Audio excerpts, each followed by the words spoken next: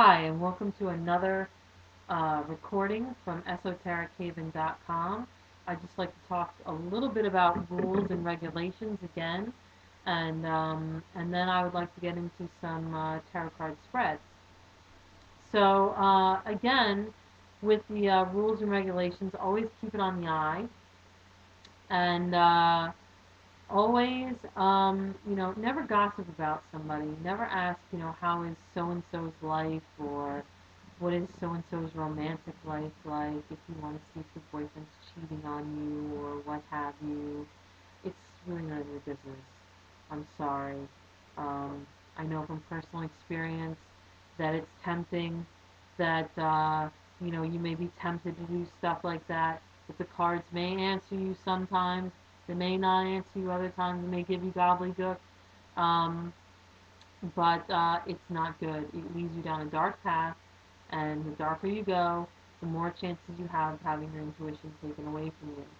Um, it can happen. It has happened to friends of mine where their sight has been taken away because they used tarot card readings as parlor tricks, or they used it as gossip, or what have you. And, so it is possible to have it taken away from you. It's not a pretty sight. So keep it on the eye, ask open-ended questions, and that's about it. There aren't too many other rules other than that. Just keeping it on the open-ended questions and keeping it on the eye, basically, on you. Eye. Me. Yeah. Right. Yeah. All right. Oops, I had to move out of place there. So to get to the tarot card layouts, this one I nicked off the internet.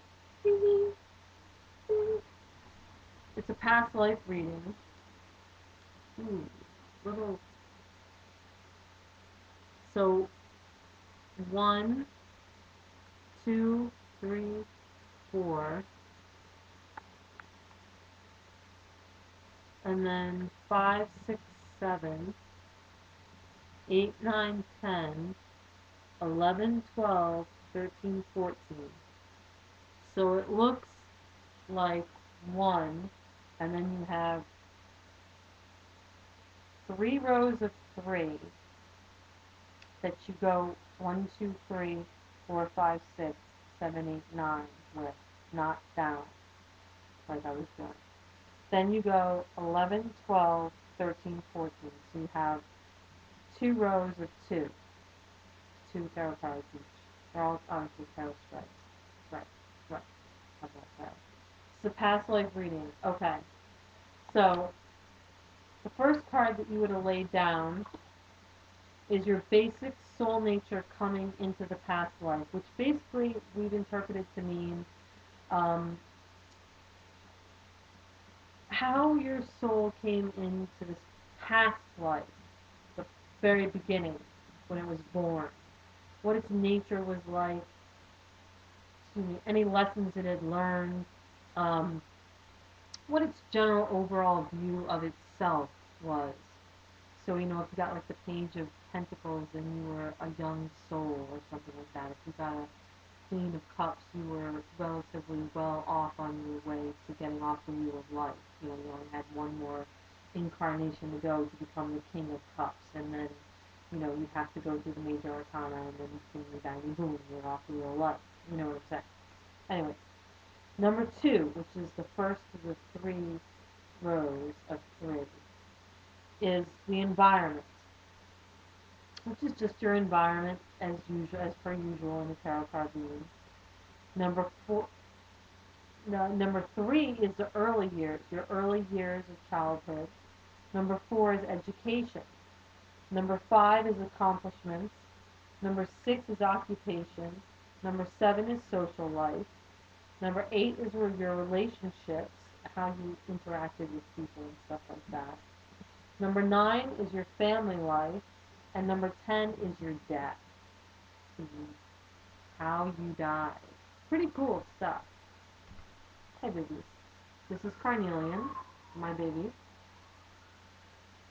And he loves anything to do with tarot cards or magic and stuff like that anytime I talk about it. Blurb. Even spawn many years. Anyways, and then on number 11, which is the first of the two that are underneath it, lessons learned this past life, number 1, and 12 is lessons learned during this past life, number 2. So these are just the lessons that you've learned during this past life that we are speaking about. And then 13 to 14, which is directly below that, are how this past life affects the current life. So how these lessons from this just recent past life affect your current life. How, let's say you had lessons to learn about love or something like that, how that affects your love relationships in this life or what have you. It was a really cool reading, and let me tell you, it really does work. That was a really good one. I really liked that one. We got some good responses from that one. Let me pull up the rest of them. Oh, here we go. The next one I would like to talk about is the Celtic Cross. See if I can get this better.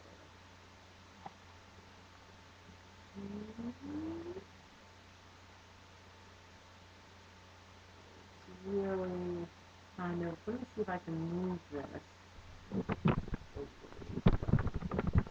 Shadows and stuff. Okay, this is a little bit better. Cat on one knee, laptop on the other. Looks like a recipe for destruction. No! Sorry, not you. The cat. He's playing with the wire, and it's bad. Anyway, so there it is. Let me get this situated again. Sorry. Okay, here it is.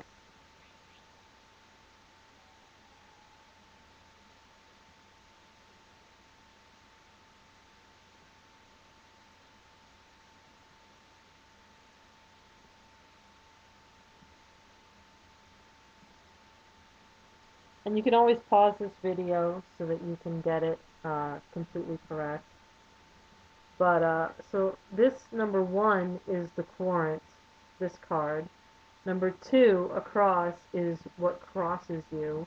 Or what I like to do is, I don't go by the tradition, I go by what I was taught. And I just go by, this is where you are at right now.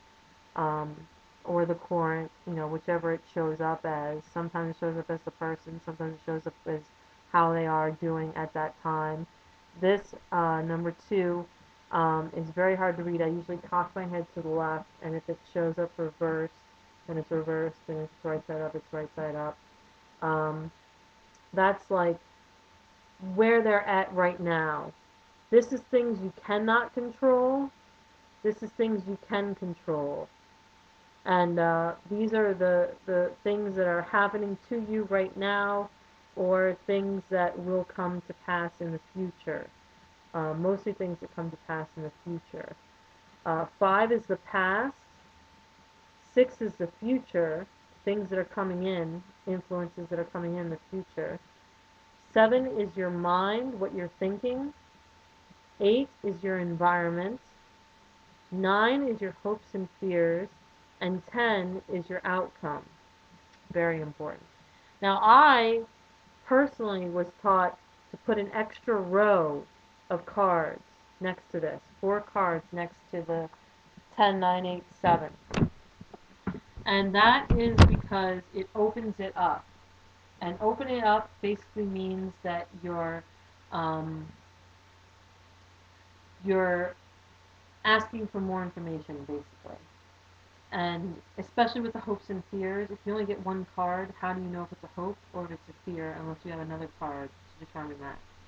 So it just makes more sense to have 2 cards there. It helps with the reading. Not many people do it that way. I'm one of the few people that does. I was taught by somebody else and to do it that way, and I picked that up from him, and I will probably do it that way till the day I die and teach other people to do it that way. I don't really have too much more time, but I will get into this other spread for yes and no questions and for more storyboard-like questions. Um, you want to use this spread. Oops, let me put this back on my lap. Sorry. Okay, here you go. Quarant, situation, answer. I know you can't really read my handwriting, but that does say Quarant, who is the person that you're reading it for. It could be you, it could be your friend, it could be whoever. Situation, pretty self-explanatory, whatever you're asking about. Answer, obviously the answer. It's a 9-card spread, as you can see, and it reads like a storyboard. And it stays Quarant in this aisle, it stays situation in this aisle, and it stays answer in this aisle. And basically how you would just read that is you just read it as it basically states, the Quarant is how the Quarant feels as it progresses down into the future, and also as it unfolds, so to speak, different levels, so to speak. And you read from left to right, not down. You don't read down.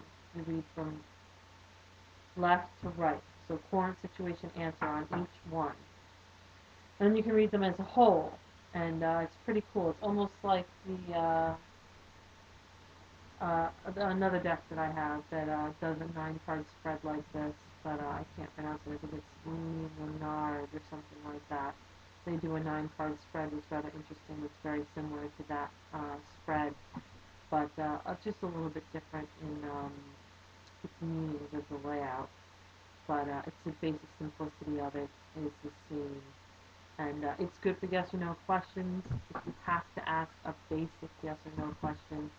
And it's good for storyboard-like questions and stuff like that. So there you go. There are 3 really good layouts. One I nicked off the internet, which I gave credit to the internet. And I don't remember where I got it, so oopsie. But that's my kitty playing.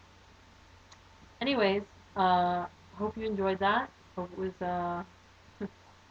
hope it was insightful, and happy dividing.